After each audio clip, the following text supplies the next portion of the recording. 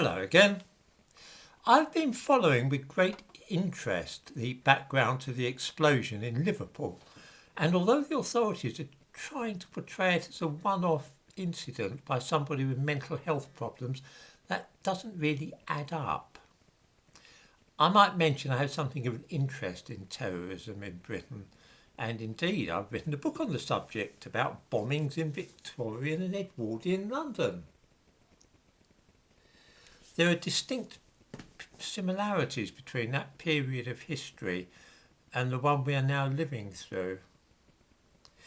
In Edwardian Britain, terrorism was linked, just as now, to asylum seekers and foreigners, although these were usually from Eastern Europe rather than the Middle East.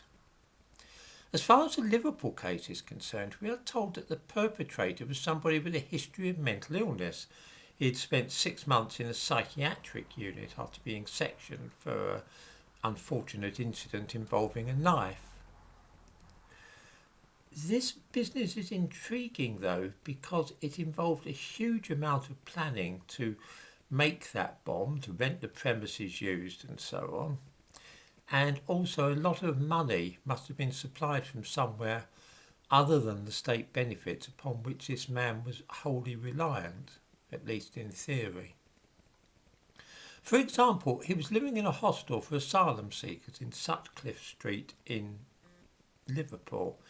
Okay, those hostels take a proportion of the benefits from those living there to pay for the accommodation, so he wouldn't have had very much left at all out of his benefits after he had paid for his accommodation and food there. 7 months ago, though, he began renting a flat in Rutland Avenue that he'd never lived in and didn't intend to live in. How did he manage since April to pay for a flat at which he was not living? The place in Rutland Avenue was set up simply as a bomb factory where explosives could be manufactured. It may of course be significant that the man attended mosque every day in April during Ramadan, and that was the same time that he began renting the bomb factory. He must have had financial help from somebody, and also somebody must have been giving him some sort of assistance in organising matters. Bear in mind he's supposed to be a bit insecure mentally. Then there is the matter of actually synthesising the explosives used in the bomb. The explosive used in Liverpool is acetone peroxide, which is the same one used at the London bombings on the tube in 2005. It can be synthesised from hydrogen peroxide used to bleach hair, and by mixing it as a catalyst with sulfuric acid. Because of this, anybody selling these substances is always aware they may be used for terrorism, and they're apt to contact the police if suspicious.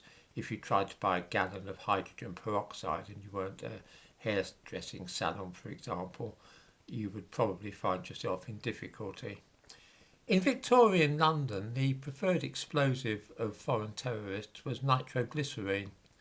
After a bomb exploded near the Greenwich Observatory in London in 1894, a young Italian tried to buy 2 pints of concentrated sulfuric acid from a chemist shop in London. The shopkeeper reported the matter to the police, so an anarchist plot to bomb the London Stock Exchange was thus foiled. In the present case in Liverpool, the bomber had seemingly been ordering small quantities of hydrogen peroxide and sulfuric acid and then stockpiling them at this flat. They were then mixed together in the bath at the flat to make the explosives. This is a very tricky process. Somebody must have instructed him in how to do this. It's almost inconceivable that you could manage to produce explosives in that way unless you really knew what you were up to. Perhaps it was the same person who paid for the chemicals. Remember, this was a troubled young man with only his benefits to survive on, and yet he was able to rent a separate flat and buy the large amounts of materials needed to make the bomb. This was no spur of the moment thing, it was a long-term operation. Somebody is behind it. it was part of a conspiracy, and I strongly suspect that other bombers are out there now planning similar attacks. Incidentally, it is curious how history repeats itself. Homemade acetone peroxide is horribly unstable and sensitive. It'll go off if jogged sharply, which is why bomb makers refer to it colloquially as the mother of Satan.